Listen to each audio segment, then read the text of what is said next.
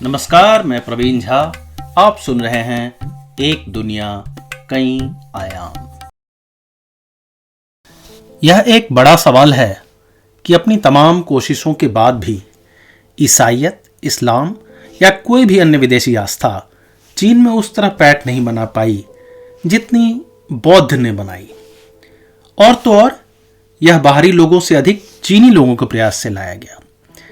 यह चीन के विषय में सबसे बड़ी भ्रांति को तोड़ता नजर आता है कि वे सदा से बाहरी दुनिया से अलग रहना चाहते थे। ताओ और कन्फ्यूशियस के ऊपर जाकर बुद्ध का बैठ जाना, सदियों के लिए चीन का बौद्ध धर्म स्वीकारना और भारत से बड़ी बौद्ध जनसंख्या चीन में बन जाना एक पहेली है। इस पहेली का कोई एक उत्तर नहीं है। सवाल भी वस्तुनिष्ठ नहीं है, लेकिन धीरे धीरे सुलझाया जाए। बौद्ध धर्म उस समय फलना फूलना शुरू हुआ जब चीन अशांत और विभाजित था। इस धर्म के आने के बाद चीन एक सूत्र में बंधने लगा। एक धारणा है कि ताओ और कन्फ्यूशियस के विचारों में किसी ईश्वर या धर्म की बात नहीं थी। कोई पूजन स्थल नहीं था, कोई धार्मिक ग्रंथ या विधियां नहीं थी, मंदिर या मूर्ति पूजा तो बौद्ध विचारों में भी नहीं थी। मौर्य काल में जो बौद्ध पंथ पसरा, उसमें बुद्ध का भगवान स्वरूप नहीं था। उसमें व्यक्ति को स्वयं विहारों में रहकर अपना निर्वाण तलाशना होता। सम्राट अशोक ने स्तूप, विहार और स्तंभ बनवाए, बुद्ध की विशाल मूर्ति नहीं बनाई। भिक्षु बनकर विहारों और स्तूपों से गुजरकर अप्पदीपो भवः करना कुछ ऐसा था कि सेल्फ स्टडी करके आईआईटी परीक्षा में टॉप कर जाना। यह कहलाया थेरवाद। कनिष्क के समय बौद्ध धर्म में एक बड़ा बदलाव हुआ। संभवतः वर्तमान पेशावर क्षेत्र में यह मंथन हुआ कि इस थेरवाद की गाड़ी तो बहुत ही धीमी है, यानी हीनयान है।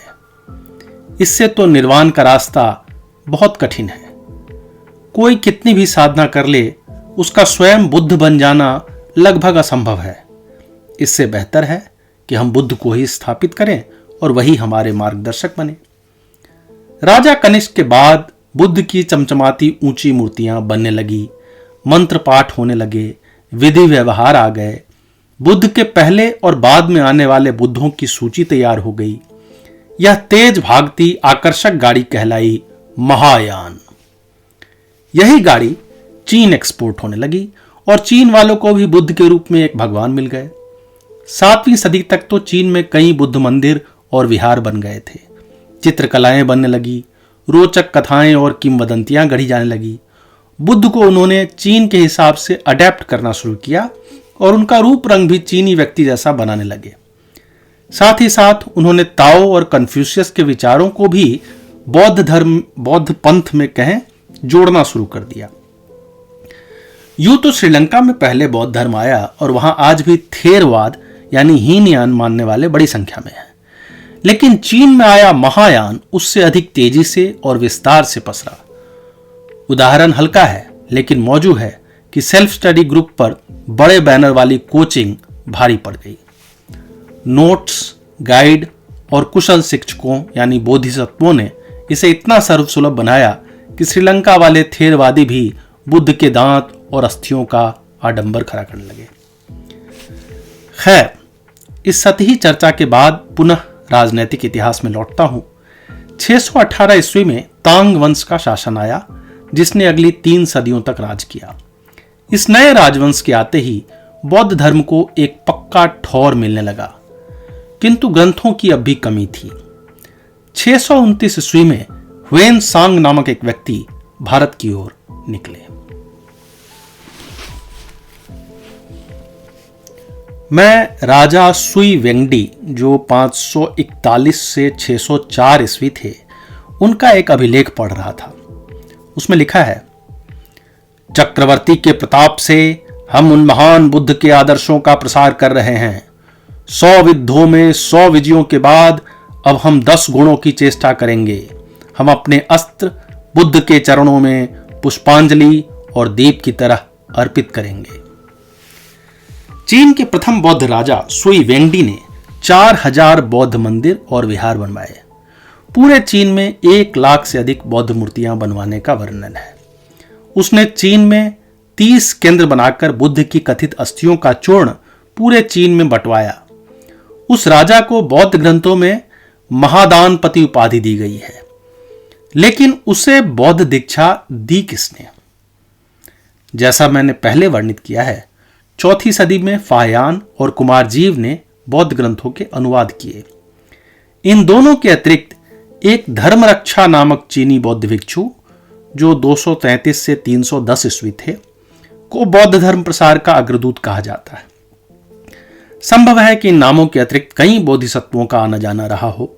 उनमें से किसी ने इस राजा को दीक्षा देकर पूरे चीन में प्रसार कहने के लिए प्रेरित किया हो।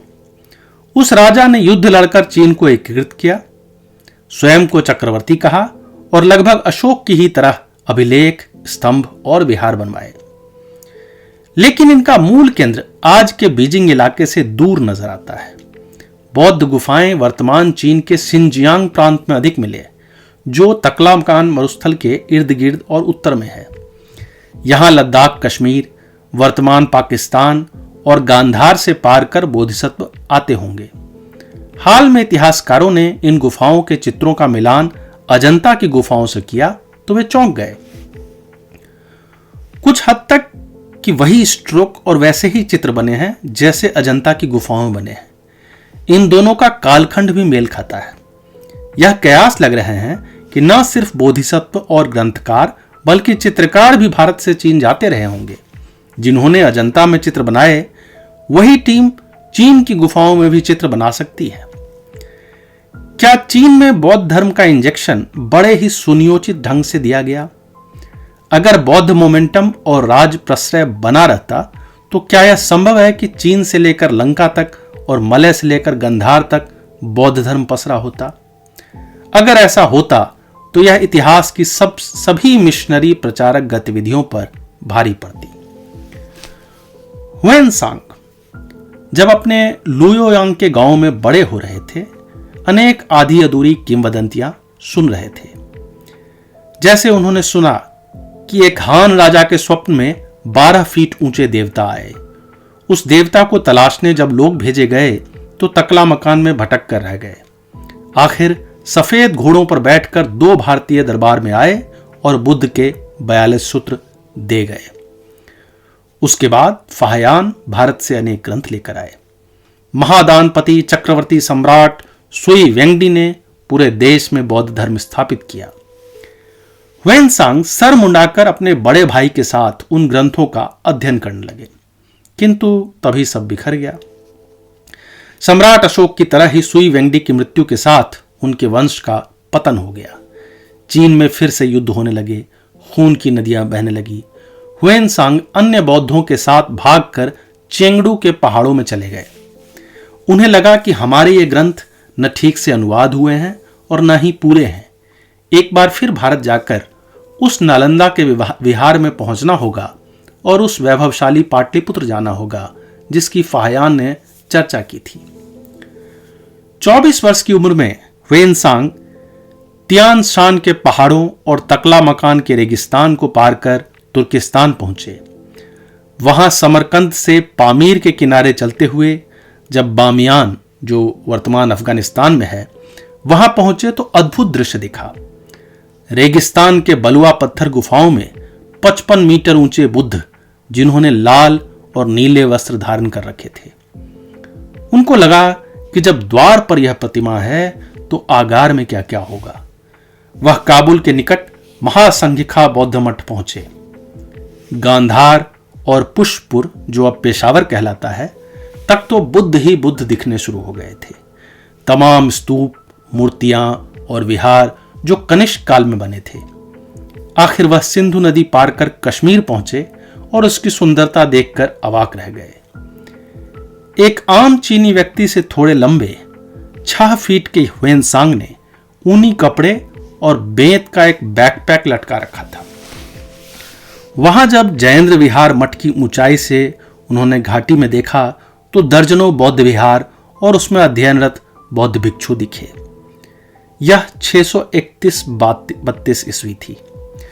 ह्वेन सांग को लगा कि भविष्य में हिमालय के दोनों पार और गंधार में दूर दूर तक बौद्ध धर्म की महिमा होगी।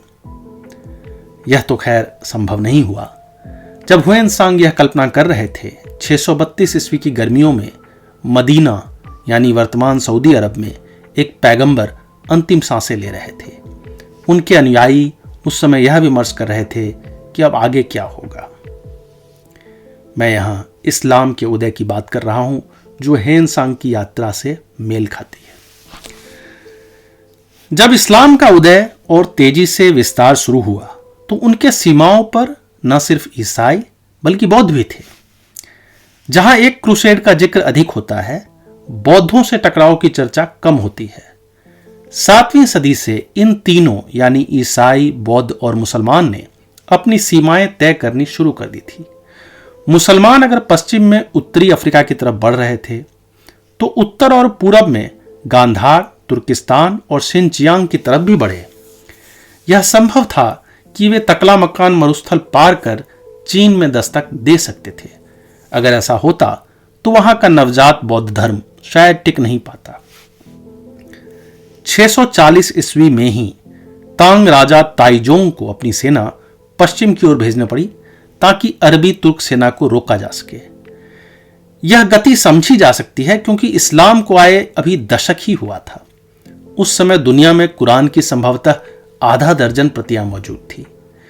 चीन को एक तरफ रेशम मार्ग सुरक्षित रखने थे, दूसरी तरफ बौद्ध प्रतीकों को बचाना था। सिर्फ उस कालखंड में बनाए सेना कैंपों के साक्ष्य खोतान, कुचा, काशगर और तुर्फान में मिले हैं। यह भी कहा जा सकता है कि अगर इस्लामी आक्रमण की चिंता नहीं होती तो शायद चीन का इतना विस्तार नहीं हो पाता। वे इन रेगिस्तानों और पठारों की चिंता छोड़ देते। हालांकि चीन ने इस्लाम से सीधी लड़ाई बहुत कम लड़ी और कुछ ही दशकों में उनको अपने व्यापार तंत्र का साझी बना लिया। उन इलाकों में ऐसे खुले बाजार बनने लगे जहां चीनी, तुर्की, फारसी, अरबी, तिब्बती और भारतीय सभी तरह के लोग आते। तांग राजाओं को तुर्की वेशभूषा पसंद थी और मुसलमान व्यापारियों का आना जाना वहां लगा रहता। तांग राजधानी में न सिर्फ मस्जिद बल्कि गिरजाघर भी मिले जो मुसलमान और ईसाई व्यापारियों के लिए बने थे। ह्वेन सांग जब पाटलिपुत्र, नालंदा, बोधगया और भारत के अन्य स्थानों का भ्रमण कर चीन लौटने लगे तो उन्होंने यह बदलती हुई दुनिया अपने आंखों से देखी। जहां पहले सुनसान इलाके थे वहां बाजार बन रहे थे।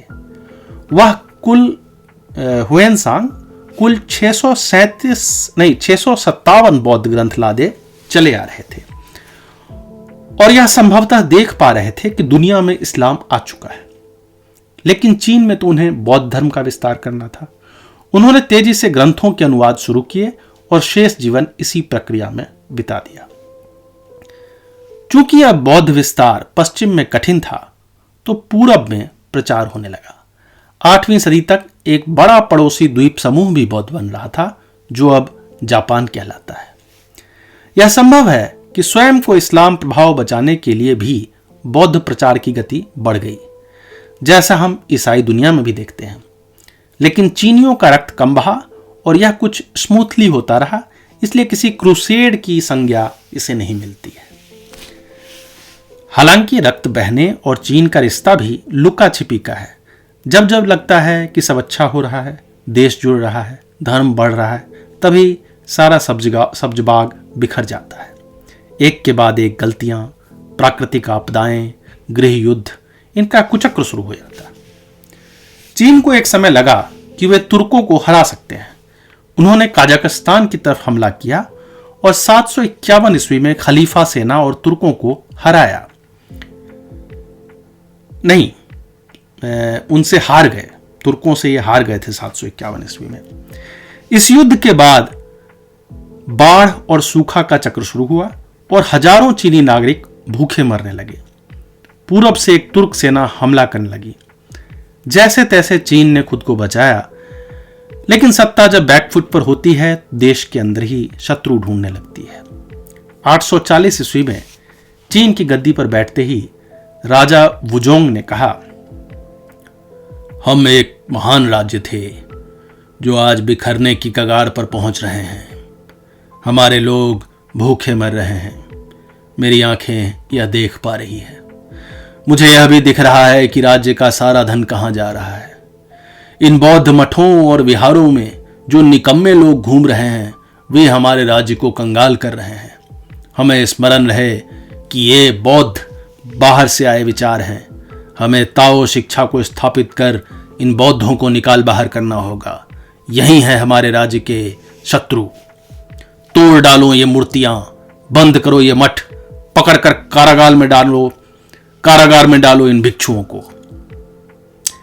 सोचिए, ऐसा क्या हुआ कि बौद्ध धर्म स्थापना के बाद आखिर बौद्धों को चीन से निकालना पड़ा। बौद्ध तो शांतिप्रिय समुदाय माने जाते हैं, उनसे किसी को क्या खतरा हो सकता है। जापान से चीन यात्रा कर रहे एक बौद्ध भिक्षु एनिन ने उन दिनों के विषय में लिखा है। उनका मानना है कि इसका आर्थिक कारण था। युद्धों के कारण जब राजकोष खाली हो रहे थे तो चमचमाते बौद्ध विहार और उन्हें अर्पित किया जा रहा धन उन्हें चुभने लगा। उन दिनों के राजकवि डू मू पहले व्यक्ति थे जिन्होंने कहा, ये बौद्ध विदेशी लोग हैं, ये हमें इन मूर्तियों और बेकार के खर्च में उलझा रहे हैं। हमारी संस्कृति तो ताओ और कन्फ्यूशियस की रही है। बौद्धों के खिलाफ मुहिम की और भी वजहें थी। जब तुर्किस्तान की ओर से चीन पर हमले होने लगे तो उसमें शिनजियांग के बौद्ध समुदाय, मनीवादी जो कि मैनिकेइस्ट कहलाते हैं, तेंगरीवादी और अरबी तुर्की मुसलमान सभी तरह के कबीले शामिल थे। खासकर उइघुर समुदाय जिनके वंशज मुसलमान हैं, उस समय मनीवादी और बौद्ध हुआ करते थे। चीन के बौद्धों को उनका सहायक समझा जाने लगा, यानी शत्रुओं का सहायक। तीसरा कारण था कि राजमहल के हिजड़ों और ऊंचे पदों पर बौद्ध धर्म ने खासी पैठ बना ली थी। इससे खानदानी जो ताओवादी थे और कन्फ्यूशियसवादी थे वे नाराज हो रहे थे। इन्हीं में वे राजकवि डू मू भी थे जिनकी चर्चा मैंने की है। उन लोगों को यह बात चुभ रही थी कि बाहर से ये बौद्ध आकर कहां से स्थापित होते जा रहे हैं। बौद्ध भिक्षु एनिन ने 14 नवंबर 842 ईस्वी को अपनी डायरी में कुछ यूं लिखा है, बोधिसत्वों को अब राजकार्यों में नहीं बुलाया जाता। राजा ने आदेश जारी किया है कि सभी मठों से भिक्षु बाहर आ जाएं और आम जीवन जिएं।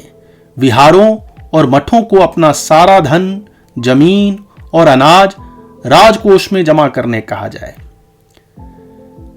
यही बौद्ध भिक्षु फरवरी 843 में लिखते हैं, 2500 बौद्ध भिक्षु मठों और अपनी वेशभूषा को त्याग कर गांव लौट गए हैं। मंदिरों की संपत्ति छीन ली गई है और ग्रंथ जलाए जा रहे हैं। वहीं एनिन यह भी लिखते हैं कि कई स्थानों पर जनता ने विद्रोह किया और मठों पर ताला नहीं लगने दिया। 845 ईस्वी में एक मठ के व्यक्ति ने उन्हें कहा, वे हमारी संपत्ति लेकर शैतानों की पूजा में लगा रहे हैं, हम उन्हें क्यों अपनी संपत्ति दें। अगले ही वर्ष जब उइघुरों ने हमला किया तो उस बार जनता को भड़काने का कारण मिल गया। उन्हें बताया गया कि देखो, ये उइघुर बौद्ध हैं और मनीवादी हैं। ऐसे देशद्रोही बाहर ही नहीं हमारे देश में भी बैठे हैं। अब राजा को कुछ नहीं करना था। जनता खुद ही निकलकर बौद्ध मठों और मनीवादी स्थलों में घुसकर रक्त बहा रही थी। बौद्ध जानबूझकर अपने बाल बढ़ाने लगे ताकि पहचाने नहीं जा सके। जिसका भी सर मुड़ा रहता उन्हें मार दिया जाता। कवि डूमू ने बाद में इस नरसंहार के पश्चाताप में लिखा, न बनाए मुझे इस पाप का भागी, मैं भी कभी माउंट जिन पर गया था। भले लगेंगे 1000 वर्ष निर्वाण में, प्रेमी रहा हूं उनके ऊंचे आदर्शों का। यानी कवि डूमू भी बाद में यह मानने लगे थे कि बौद्धों पर अत्याचार करके उन्होंने अच्छा नहीं किया। इस नरसंहार में हजारों चीनी नागरिक मरे। राजा वुजोंग की 846 ईस्वी में मृत्यु हो गई, मगर लूटपाट जारी रही। जो भी धन बौद्ध मंदिरों और विहारों से लूटा गया, उससे सिर्फ मंत्रियों और सैनिकों के खजाने भरे। जनता की हालत बद से बदतर हुई। एक बार फिर किसानों के पास कोई रास्ता नहीं बचा। एक बार फिर चीन में क्रांति होने वाली थी।